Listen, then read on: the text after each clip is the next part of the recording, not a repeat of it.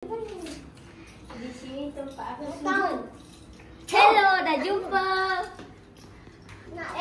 Tak tahu siapa pernah tidur solat. Hadi kata. Dah. Ada yang jumpa. Ada. Ada, macam mana ada minum kat situ? Dah ada. Apa tadi dia kata? Di sini tempat aku sujud. Janganlah saya solat tempat tadi.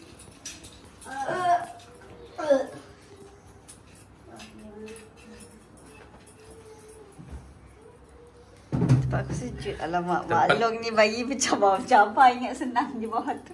Saya tolong cari ke bawah sejadah. Habis dah bersepah.